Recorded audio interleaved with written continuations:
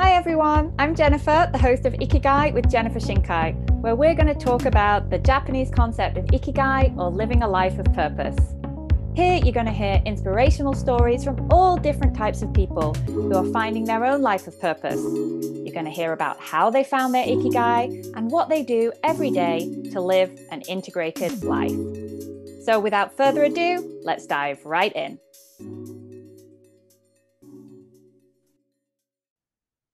Good morning, good afternoon, good evening, and welcome to Ikigai with Jennifer Shinkai. I'm your host, Jennifer Shinkai, and with me today is the wonderful Steve Judge. Welcome, Steve. Thank you for being here.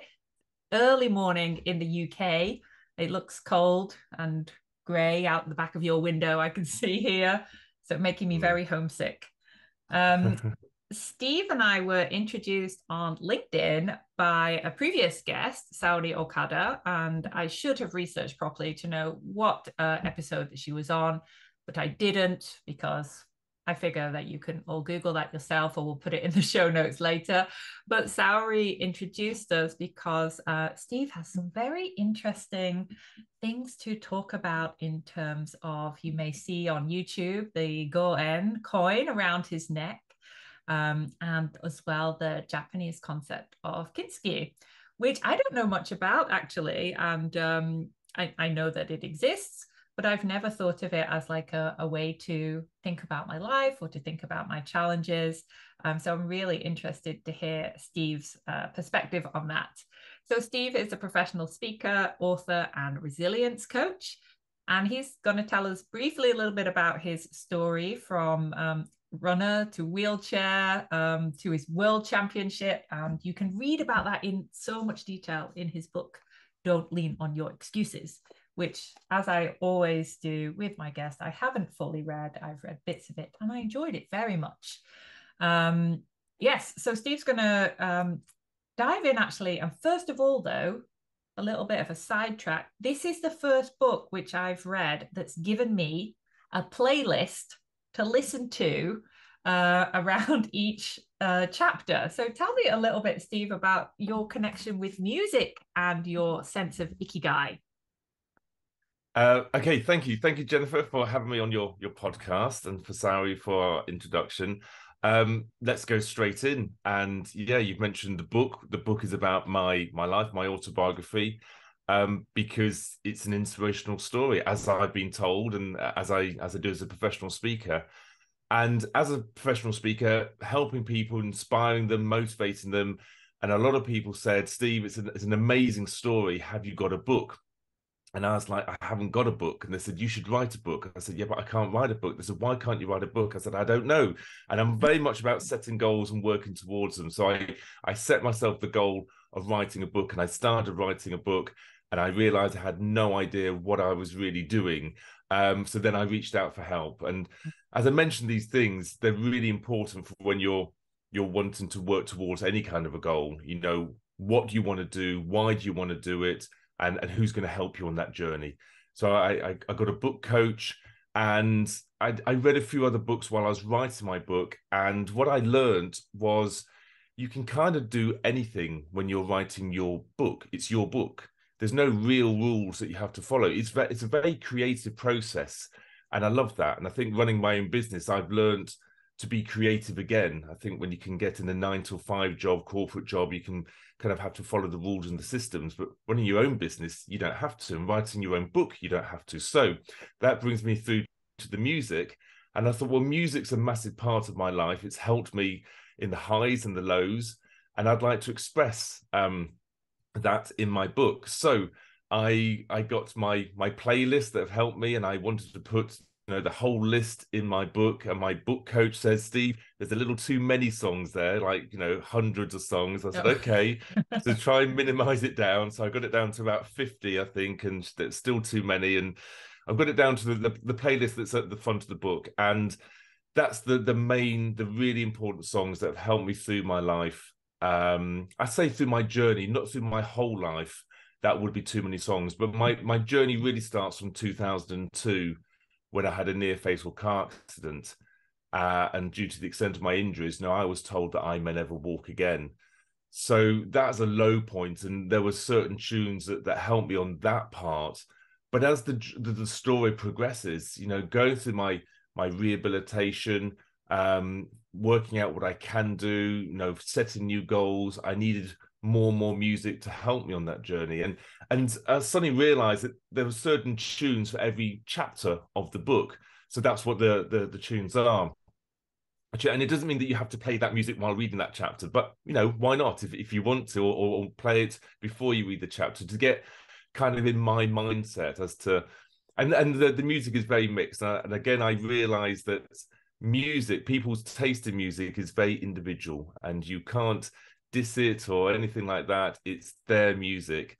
And that's it. I'm not saying that you should like it or love it. It's just my music. So there are some things like Eminem, there's AC/DC, there's Chesney Hawks, there's even Bucks Fizz. I just saw It's a real Bucks mix. Fizz now. I was like, I've never seen Bucks Fizz and REM on the same playlist. This is eclectic, man.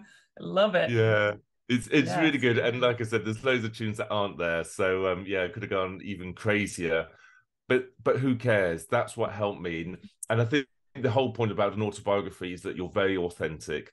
You'll say what made you low, what made you cry, what made you happy, what made you smile, so that people get to know you as the book progresses. And music is a great way of doing that. There's also in there, I put some poetry, some bits that I'd written, some bits that I love, you know, reading, some diary entries. You know, again, that's being, you know, very heart on sleeve. Quotes, I love quotes, inspirational quotes, either from other people or ones that I've created myself.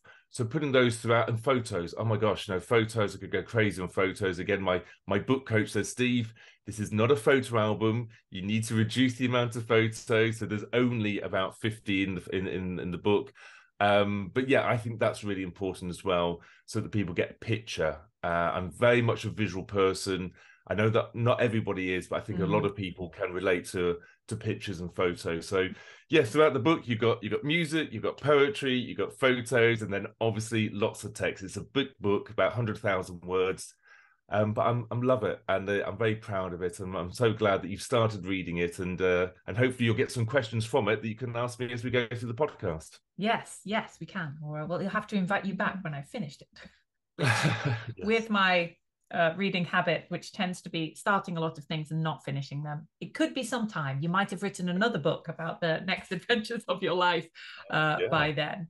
But yeah, maybe you can share a little bit, you know, the pocket Cliff Notes version, as we were talking about, the Cliff Notes version of your story, your rehabilitation, particularly because, as we spoke last time, and as I'm reading through the book now, you know, if we put Ikigai with Dr. Akihiro Hasegawa's definition of an individual's consciousness as a motivation to live, I really feel that aligns with what you are talking about, at least in the early stages of the book. But then I think it might shift as you put some different goals in what sort of your new identity looks like. So could you talk to that point a little bit, Steve? Absolutely, and apologies if I pronounce any of these concepts in the wrong way. Ikigai, is it Ikigai? Ikigai, like an ikigai, like a, but it's not like a horrible guy. So Ikigai. You're right, and it wasn't a concept that I was aware of. And as my life has progressed, I think it molds into it very perfectly. So let me explain how that comes. And maybe there's another concept or another version. Maybe we could get some people commenting or writing or communicating with us about the full circle.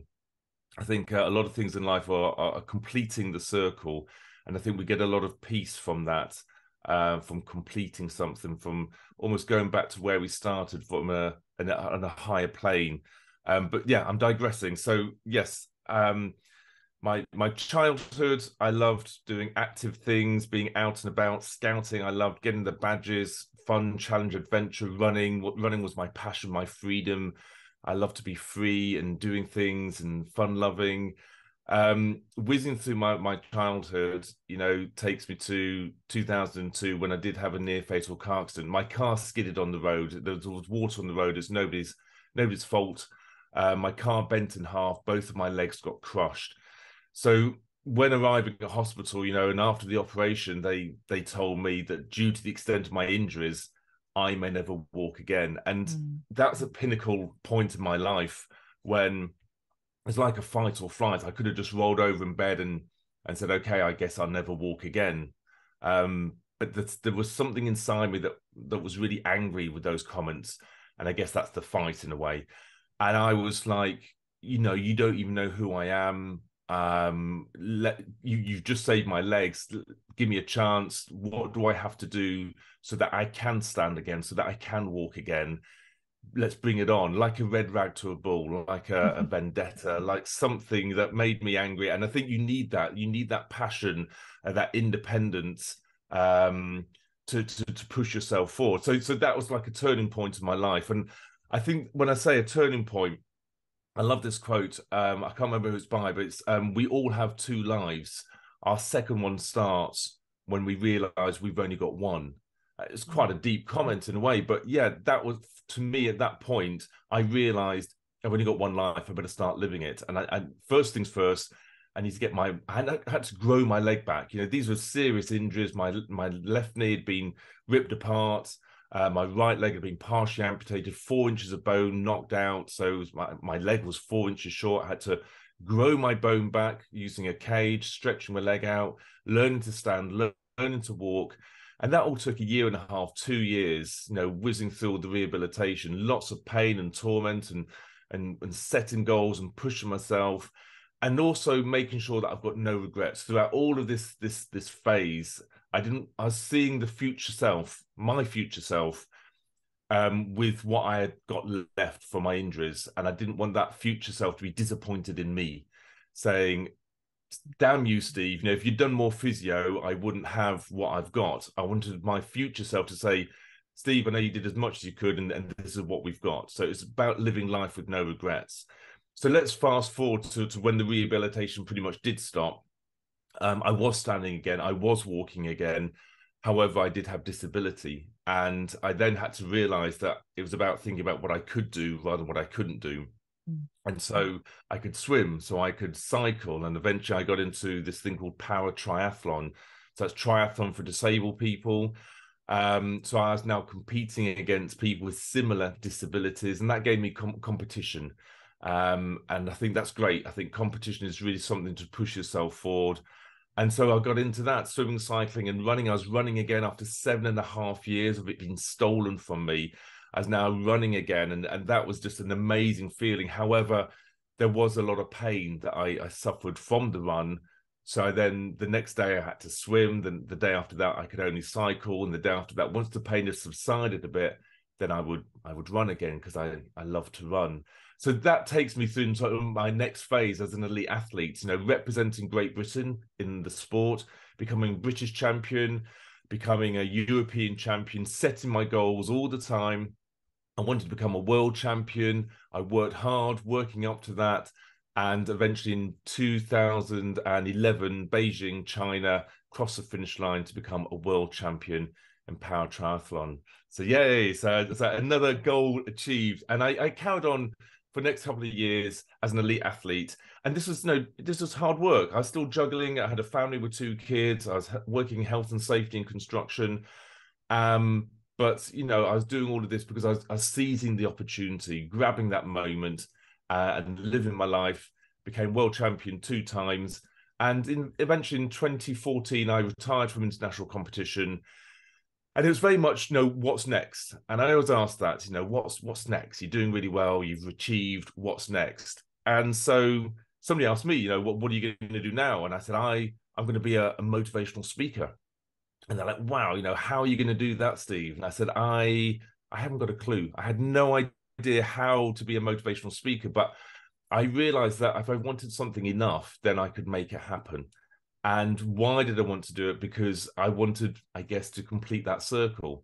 I wanted to inspire, motivate people, empower people. I knew now what it's like to achieve.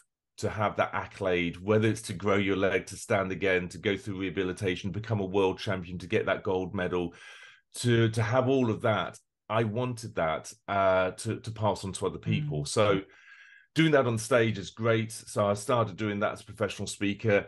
Then I realized I was, helping and inspiring, but, how could I do more? And so that's when I started writing the book to give more detail. And I think that's what I'm on now. Ikigai was what I'm working towards, is to pass it out. I feel that people need that. I feel a lot of people aren't living their full life, and I know how I can help them. It's all in my head, and I'm getting it out of my head, and I'm writing a new book at the moment, and along with that will be a workshop. And I want to pass on to other people that they don't need to just drift through life. They don't need to flatline through life. They can achieve the things that they really want. And I call that their gold. Their goal.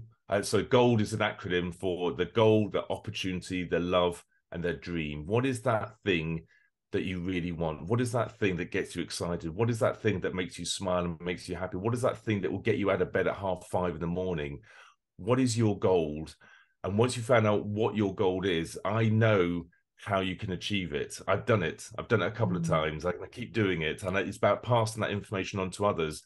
And by doing that, so that other people can achieve their gold, the gold in their life, that gives me such pleasure. And I think that's what my Ikigai is by helping other people, inspiring and empowering them.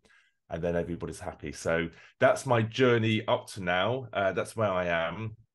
And speaking on things like podcasts and doing newsletters and magazines, that's getting the message out there, because I'm always asking myself, what more can I do? What more can I do? What more can I do? I think I got that probably from rehabilitation, but more so as an elite athlete. If you want to be the champion of the world, you've got to be asking yourself every single time, what more can I do to win? What more can I do to be faster, more efficient, more power, more endurance? What more can I do? And I think that's the same in business. If you want to succeed, what more can I do? So asking myself that question all the time is exciting. And that's where the creativity comes as well. And I love that. So that's my mission at the moment. And that's what I'm working towards. You know what? I love being the host of this podcast. It's so great to see people like light up when they talk about what it is that gets them out of bed in the morning, and hearing all of that energy that surrounds when someone is like living in alignment, integrated with whatever, like whether it was your discussion of music earlier on, we heard it in there, but then also about how you are giving back to others. And I wanted to just rephrase some of the things which kind of struck me from what you shared then.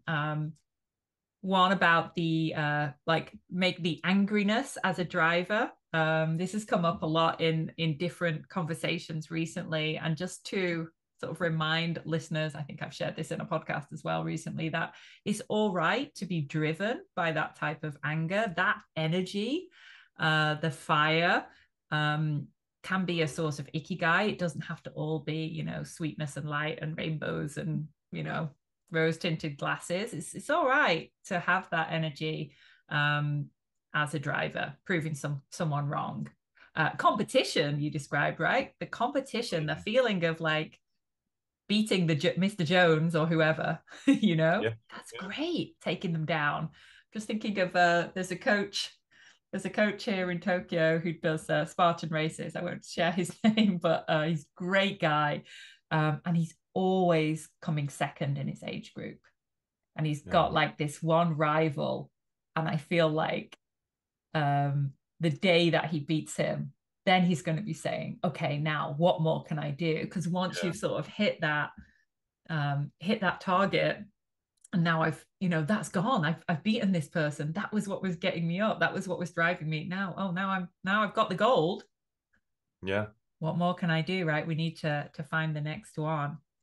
And then, just this was the other point I wrote down here. I didn't want my future self to look back and be disappointed in me. I think that's a really, really powerful driver to say, did I do it? What will I think of myself. Does that come up in any other areas of your life right now? Like this idea of future self? Yeah, I think all the time. It's a quote that I heard a couple of years ago with my business coach. He mentioned this quote, and I loved it. And so much so that it's in the first, it's how my new book starts. So the quote is, hell on earth is. So the quote goes, hell on earth is getting to the end of your days and meeting the person that you could have become. So hell on earth is getting to the end of your days and meeting the person that you could have become. So then the question is, do you get that or do you not get that? So my business coach said it to me and I thought about it. I said, I'm sorry, I don't get that. He says, what do you mean? I said, I don't understand. When I get to the end of my days, the person that I could have become is the loser, the waste of space, the person that didn't get off their ass, that didn't do anything, that is almost a failure. That's not hell on earth. You know, I'll be gloating at them. I'll be, look at me. I'm getting to the end of my days. I'm exhausted because I've done so much. I've lived my life with no regrets. So therefore, I don't get the quote. Now, some people, a lot of people, in fact, 80% of people do get the quote. They go, yeah, I'm going to get to the end of my days and I'm going to regret all the things I haven't done. And I'm like, what are you doing? What are you saying? You're almost planning to have some regrets at the end of your days. Why are you doing that? And it's the 20-80% rule. So 80% of people will do that and 20% of people won't. And I'm one of the 20%ers that will be living their life with no regrets. And I want to convert or help the 80% to live their life to the full, to live their life with no regrets, to achieve the gold in their life so that when they do get to the end of their days, they meet the person they could have become, and that person is the waste of space, not them lying in the bed. So that's the quote that I've used in my book, and that's the quote that I'm using every day, as in, what do I need to do? And I'm not saying I will achieve every single thing that I can possibly think of, because you can't do everything in life. I use that quote a lot. You can't do everything in life, but it's about, making sure that you don't get to the end of the day and go, oh, I've wasted another day, or I should have done this, or I should have done that. And it's asking yourself, any regrets. When my head hits the pillow, I ask myself, any regrets, Steve? And I go, well, I didn't send that email, and maybe I didn't do that project that I was going to do. Or maybe I didn't make the phone calls I was going to make because I spent a lot of time with my kids. Any regrets? No. Spending time with my kids is very important. So no regrets on that. So you can only answer the question yourself. Nobody else can do it for you. And sometimes the best days are when your head hits the pillow, you go, wow, what a day. No regrets. I've blitzed it. I've done so much, and I've had some fun and relaxed as well, and done some mindfulness. That's good. They're the best days, and you should have more of them. So it's about talking to yourself, well, what do I need to do to have more of those days? Because those days are really good. And if you can do a whole week of that, a whole month of that, how good would that be? How good would your life be? It's an ongoing thing. I guess it's one of those things of working towards perfection. Some people say there's no such thing as perfection, but you can at least work towards it. And I think that's always very important about working towards these dreams, these plans, your goals. I was always trying to become a world champion. That was my goal that I was working towards. And in 2011, I achieved it. In 2012, I achieved it. In 2013, I didn't achieve it. Crossing the finish line at the World Championships in London, I crossed the finish line in silver place, missed out by 30 seconds. The point is, I crossed the finish line, my hands were aloft, a big smile on my face, because I knew that I'd blitzed it. I'd done absolutely everything. I knew that done with the training, the nutrition, the mindfulness, the speed. I couldn't have done any more. And at that point, I worked out what success was. Success is about being the best that you can be. You can't ask for anything more, but only you know what that is. Only you know what the best that you can be is. When you're taking the foot off the pedal. When you're being a little bit lazy. I'm not talking about resting, relaxing. That's very important. I'm talking about being lazy. Yeah. So only you can answer that. And only when you've been the best that you can be. So as long as you're the best that you can be when you're working towards your goal, then that's the important thing. This is your goal. This is the thing that you said you really wanted. This thing that makes you happy. This thing that you have a desire, your dream. So why would you not work towards it if that's the thing that you really want? So it's very important to know what that thing is. And that could be anything. It could be health, fitness, sport, environment, love life. It could be money, finance, helping people. What is that thing that when you close your eyes, you get a lot of joy from, and then work towards that?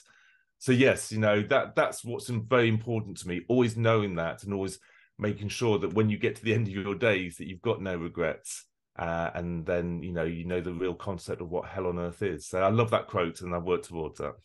Wonderful. I love that so much. And again, right, just your energy is so infectious in a really, really beautiful way to hear that idea of, yeah, I say to my kids often, do your best and have fun. That's all you need to do. Did you do your Yep. best? Did you have fun? And I love what you say, like, we know, don't we, when we've like haven't really done my best. Yeah, Like, we and do. because it doesn't matter, like, did I win? Was I the best?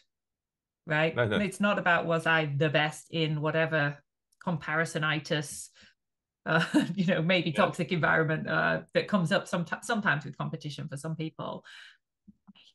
But actually, was I the best that I could be? We're And all different, and yeah. we should not compare ourselves to others. Mm, Everybody's different. I learned that when I went through my rehabilitation. My goal was to get back to normal. I wanted just to get back to normal. I wanted to be out of the wheelchair, away from the crutches, just walking again. After years of rehabilitation, I was very different to what I was before the accident. With walking with a limp, I had pain, I had lack of feeling, lack of movement, lack of sensitivity. I was very different. I couldn't have done anymore, and that was it. And I suddenly realized that there is no such thing as normal. This goal that I've been working towards, great, have a goal to push towards it, but it was unreachable. And mm, so that's when I realized that, it's thinking about what I could do rather than what I couldn't do. And that's the message that I pass out. Stop comparing yourself to others, to your friends, to your family, to your colleagues, to celebrities. Everybody's different. And think about what you can do rather than what you can't do and work towards that. That's when I got into swimming. I parked running to one side. I got into swimming. I got into cycling. Okay, I did get running back, but nowhere near what I used to run before the accident. Both my legs have been crushed and they've got disability. I could never be as fast as what I was before. And now, as time moves on, I'm getting older and older. And so my PBs, when I was an elite athlete, oh my gosh, I was super fast. I will never be that fast again. mm, So it's about setting new goals, and that's fine. And the goals for maybe running aren't about speed or the distance, because they're not, it's not plausible. So it might be, how many runs can I do a week? If I can go out 3 times a week, that's a goal for me. And if I do that's great, and I've achieved. I do park run, and that's really nice on a Saturday morning, going down there, and they give round of applause for people who've done lots of park runs, yeah. 5K runs. Somebody's done 25 a year, somebody's done 50. That's over a couple of years. But then they clapped. Julie has volunteered 15 times. Round of applause for Julie. And I thought, you know what? I've never volunteered.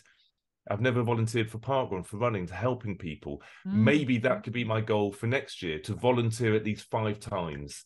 So again, it's another different goal. There's lots of goals out there, because a lot of people say, "Oh, I'm too old for goals," or "I don't have any goals." And you think, well, depends what you call a goal. So at the beginning of every year, I sit down with my kids. They're 18, 15, and used to say, "No, what are your goals for the next year?" And they're like, Dad, you're always banging on about what touch me. goals we want. Oh. So I've phrased it differently. And we sit down at the beginning of the year and I say, "Kids, what do you want to do next year? What do you want to do? You want to go on holiday? Do you want more picnics? Do you want to, go to the cinema more? What do you want to do more?" And that, to me, they will tell me what they Mm, want. To me, I see those as goals. To them, it's just things they want to do. They want to have more sleepovers. They want to have more parties, more time with their friends. Okay, now I'm thinking, well, what do I need to do, or what do we need to do to work towards that? It's still a goal. You still need help to get there. You still want to know why you're doing it. You still need a deadline or time. So it's very similar to a goal, but I just call it different things. So for people in my talks and my workshops, people that say I haven't got goals, you say, well, do you want to see your grandkids more? Do you want to retire early? Do you want a 4-day week? Do you want to go on holiday more? Where do you want to go on holiday? All these little things I see as goals. They just see as stuff that they want to do. Fine, Yeah, let's call it that's stuff that you want to want do. to do. Yeah. Yeah, Yeah. that's really interesting because people do get sort of hung up on those words of goal Yeah. and purpose, and even like from the Venn diagram perspective of like, what's my ikigai? I have to have Yes. this thing, right? Actually, just yeah, you mentioned it before, like when you go to bed, like no regrets, and you did the things you want to do, and have more days where you have done more of the things that you wanted to do, and Yeah. yeah, you're onto a winner, and then rinse and repeat tomorrow, the Yeah. same thing. Something that you were saying around there about the idea of like back to normal really resonated in our pandemic time. Some people say it's post-pandemic. In Japan we're all still masked up, and it was so great to come to the UK this summer with no masks. I loved it. Yeah. Goodness. Anyway, but the this people saying like getting back to normal, and I just taking away from what you said that it's never going to be like it was. No. We're changed. We've all changed. Yeah. So it made me think, what can people do? How can you use this different reality that we're in? It's never going to be the same. There's, and I think, some of the things in terms of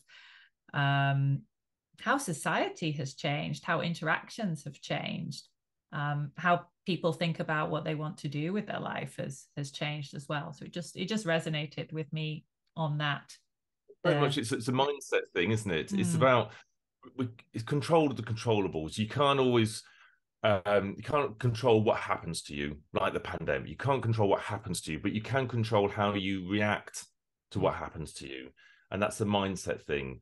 And it's like the wave of resilience. You're going to sulk at some point about what's happened, change or atrocity or traumatic experience. Yeah. You're going to sulk and be low about it, but at some point you're going to accept the situation. You're going to move on, and it's about how you do that. I talk about the wave of resilience, and to go that very very quickly, you go through the shock and the denial.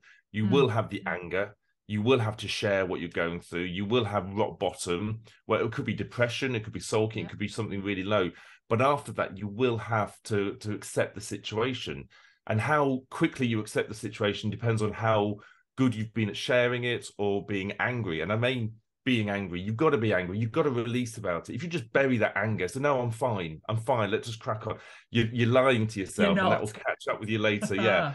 How are you going to be angry? Are you going to do some sports? Are you going to do some gardening? Are you going to slam some doors or go into the middle of nowhere and scream your head off? You've got to release that anger somehow. Otherwise, it's just going to keep regurgitating. But yeah, eventually you will accept the situation. That will start lifting you up because you'll have serotonin release. It'll help you think clearly. You'll take some action. Taking action is great. Dopamine release, make you feel good. Take more action. That will lift you back up. And away you go on a new concept. You've dealt with the change. You accepted it. It's a new normal, some people call, still using the word normal, but it's different. It's a different situation, but you've moved it. You've accepted it. So it's very much a mindset thing and about control of the controllables. And that is usually you. You can control how you see things and how you're going to deal with it. So crack on with it and do that. Wonderful. Love it. Love it. Great. Control the controllable. And what we can control is the next question, which I will be remiss if I don't ask, because this is what we said we were definitely going to talk about, which was, first of all, your Japan connection with your Goen, your 5 yen coin around Yes. your neck, which is how we originally got introduced by Saudi. So tell us a Okay. little about your 5 yen, because that was why you Okay. wanted to be on this podcast.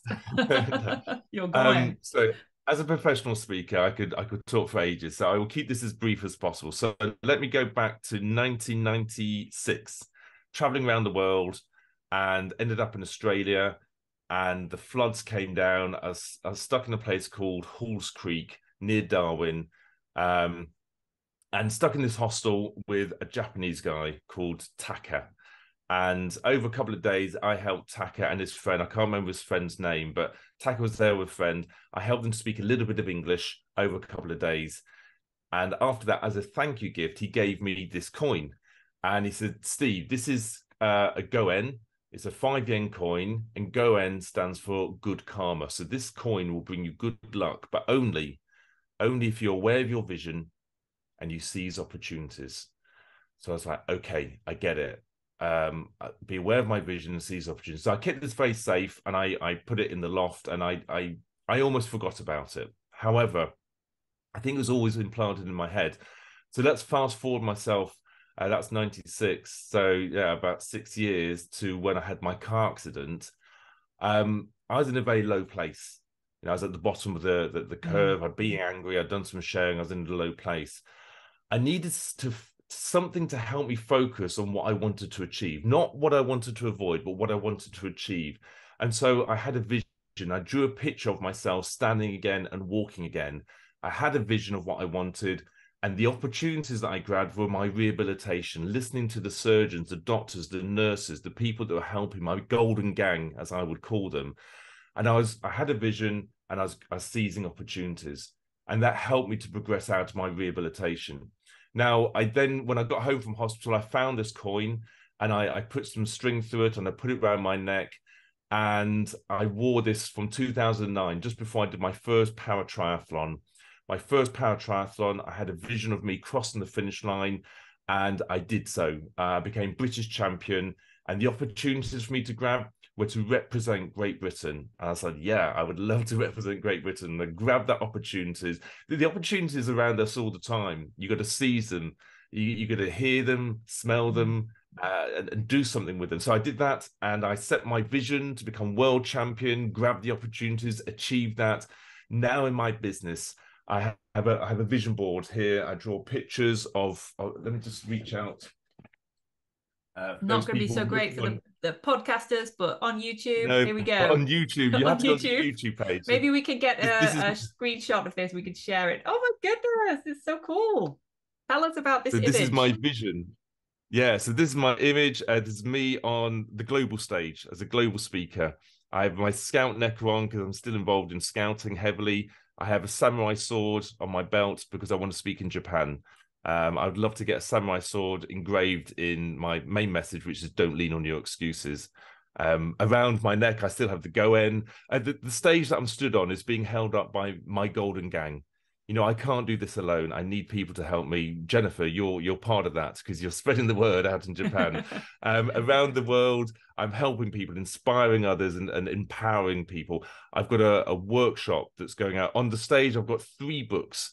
I've written one, which you have. The second one I'm writing at the moment. The third one, I have even no idea about that, but it's a vision.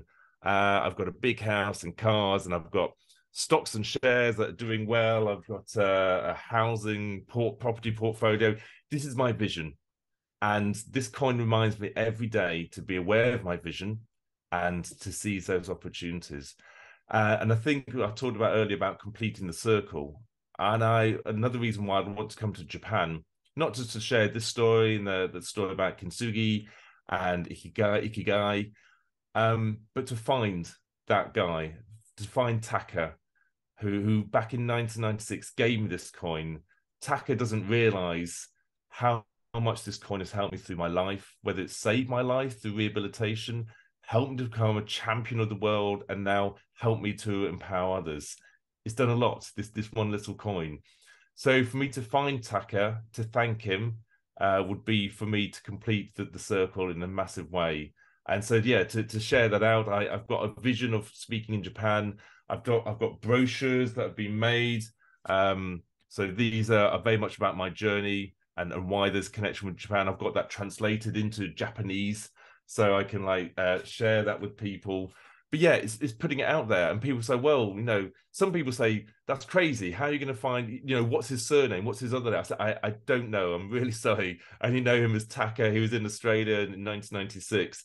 And other people say, Steve, do you know what? I think you're going to find him because you set big goals and you've achieved them. So this is a big goal, but with the help of social media and everybody pulling together, I'm sure we can find him. So that's the story of the coin that I wear around my neck. It's very special to me, and it's helped me through a lot and continues to do so every day. I think we need to put onto that picture, you shaking hands with Taka We need to make that a bit strong, a little next level strength of the No, meeting. I But I'm agree. pretty I sure think, it's like it's yeah, so achievable. I think it can happen. yeah, Yeah, why yeah, I not? think it is. Yeah. Yeah, Stranger things have happened, and just like putting it out there. And as you said before, did I do everything? Like, was I the best that I could be? So I'm telling people in Japan, I'm coming on to this podcast. Like, you're doing all the actions, and being the type of person that this could come true for. Rather, if you go, I'm never going to find him. How many tackers are there yeah. in Japan who've been to Australia in 1996? But it just takes one person to be Mhm. like, I'm the other friend whose names he's Yes, forgotten. That's I know. me. Why doesn't he Yeah, remember me? And then, contacting Tacker, and away you go. So I think you often hear of these mysterious stories, don't you, where people get connected, they haven't. yeah, So why would it not happen for you? As you said, yeah. you're the kind of If I person want who, it enough, which I do, then it's about asking myself, what more can I do to make that happen? Is it yeah. about doing a podcast, doing a brochure, connecting with people in Japan, connecting with people at Toyota City? I live in Derbyshire, and Toyota City's here, so that's Mm, a massive connection. Actually, getting over to Japan, speaking in Japan, spreading the word in Japan. What more can I do? Making a video. I could make a video about this, what I want to do, and I could share that out. I could get it translated, get it yeah, subtitled. What definitely. more can I do? You're always Mm, thinking about all the little things that you can do, and when you think you've thought of everything, you're wrong. There's always something else, and that's when you need to ask other people. What more can I do? What do you think else I can do? So yeah, it's lovely. It's like a little what? project. Yeah, I love it. And it's that, but that whole mindset, right? To be the what more can I do? And what do you know what I like about the way you talk about what more can I do is you don't have any sense that you're beating yourself up, that you're not enough. No, It's a no. very like expansive approach, and more Mhm. sort of curiosity and what else is possible, rather than, oh, why am I not hitting these targets? Kind of, what more can I do? Do you see what I mean about the two different Yeah, I do. I've energies? never really thought about it like that. Mm, It's kind of a nice way of thinking about it. I think it's a very creative way of thinking about it. Um, Almost like a fun. It's like a game. I feel that life is like a game. The result I feel is to be happy. So that's what you're working towards. So what makes you happy? What more can you do to make you happy on that thing, that project, that goal that you're working towards? What more can I do? And everybody's different. For me, sitting down and drawing that. I drew that picture and I colored it in, and it's going to go in my new book. And the publisher said, Steve, we want the picture in the book, but we need it brighter. So I've had to been coloring that with felt tip pens over the last couple of days. And I was like, I don't really want to do that. I haven't got time for this. However, it was really important. So I sat down and I colored it in. I spent hours, and it was lovely doing that. And right. that's what I needed to do, because if it's bright, people can see it, and people can see it, then they can help me. It's what I needed to do to sit down and color in a picture. Okay, then that's what I need to do. Great. So I love that, to find the different ways of the things that you want to do.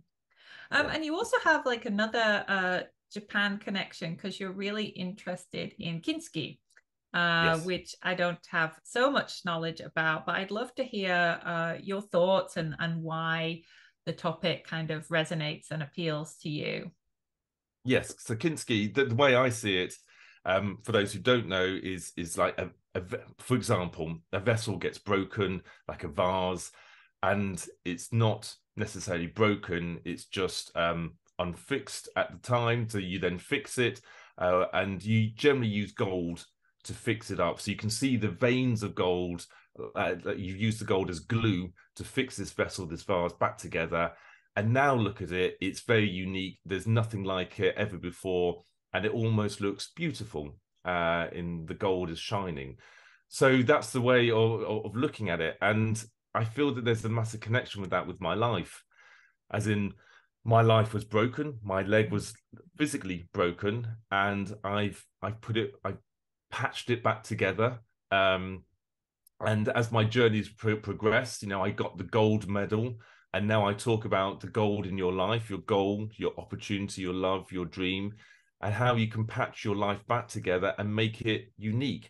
I'm very different to what I was before the accident, because I've used that concept, fixing my life with gold. And I feel that that's what I want to pass on to other people, that they can fix their life, or they can progress their life, or use, this concept to move forward with their life by using gold, by finding out what it is that they really want to do, and that will help them. So I think there's a real connection there, something that I'd like to expand more on as time goes on, as I learn more about it. But yeah, I like the concept. I love it. Beautiful. And a way to use, we drop plates and bowls all the time, right? So it is Yeah, what it is.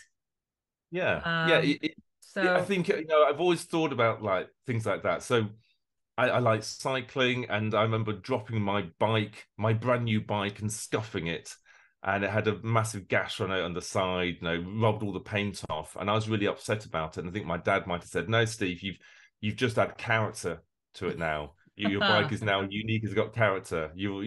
That's your bike." And it's the mindset of how you look at things.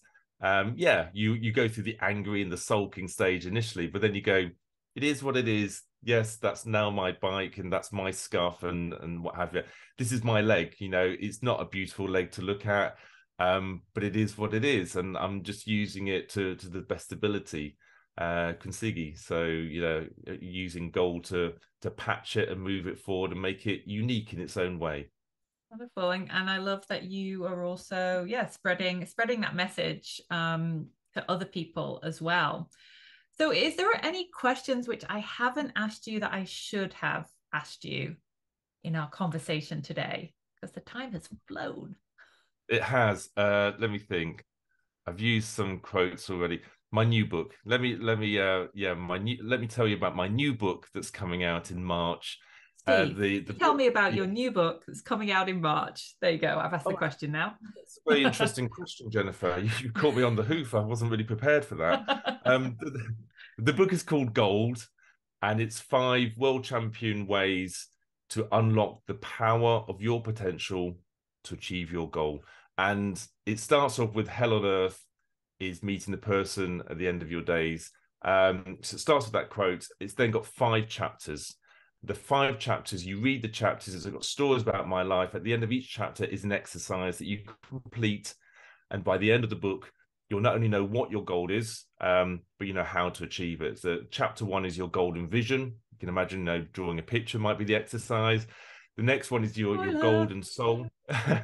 Golden soul is your why.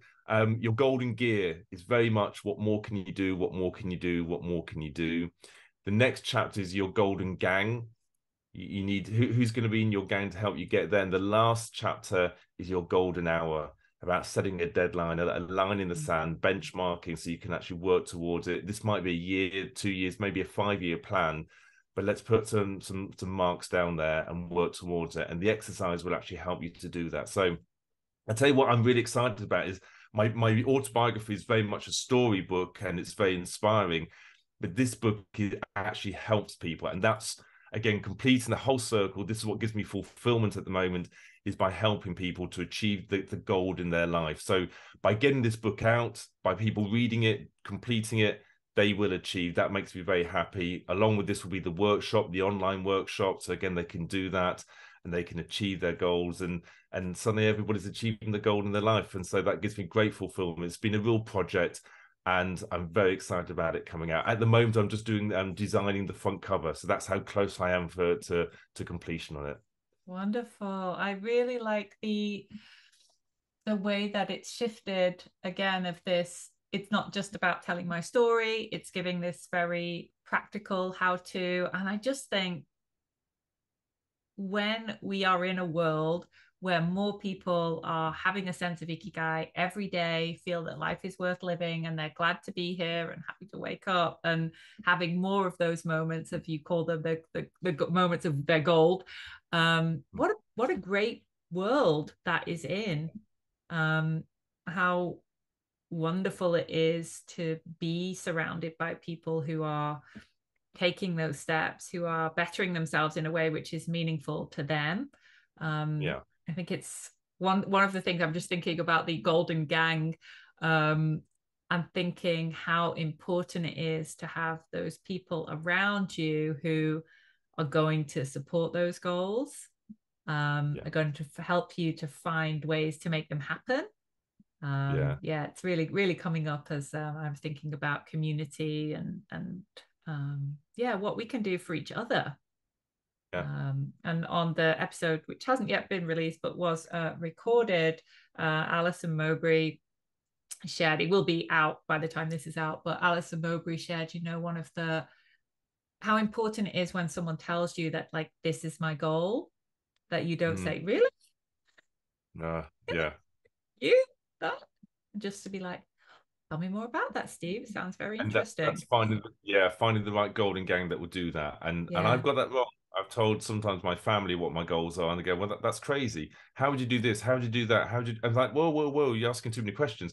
I asked my mastermind group, and they just go, wow, Steve, that's brilliant. That's fantastic. I'm so excited for you. And you think, yeah, I don't know how I'm going to achieve it because it's a crazy idea, but I just love your positivity. And that's now pushed me forward to working out how on earth I'm going to achieve it. And that's all you need, somebody to say, that's a great idea, go for it. And I just love that. So finding the right people that will say that and support you. And it seems like there are some good, practical pieces of advice in this podcast, as well as in the upcoming book, about the biggest question I get asked around Ikigai is like, well, how if I don't have a specific goal, like, how do I find it, what to do? And I think my big takeaway from our conversation today is it's just stuff that you do and you want to do more of. So simple. Whatever makes you happy, start with that. And do you have any final messages to give to listeners of Ikigai with Jennifer Shinkai?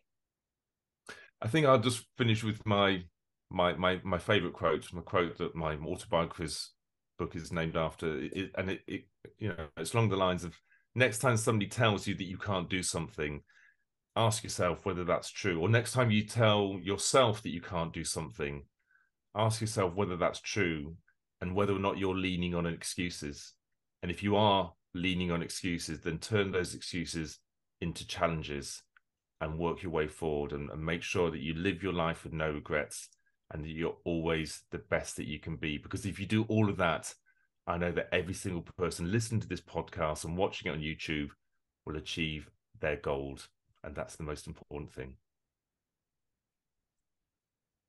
Yay! Wonderful, wonderful message. Thank you so much.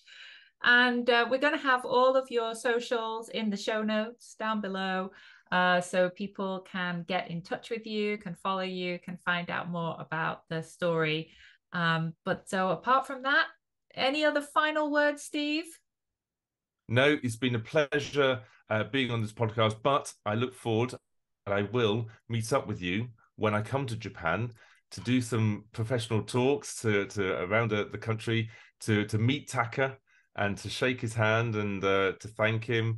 But I look forward to meeting up with you. We'll go out for a drink and a chat face to face, which would be lovely. Yes, that sounds amazing. So Taka, if you know anyone knows Taka, please put him in touch with me or with Steve. All of his contact information, as I mentioned, is going to be in the show notes.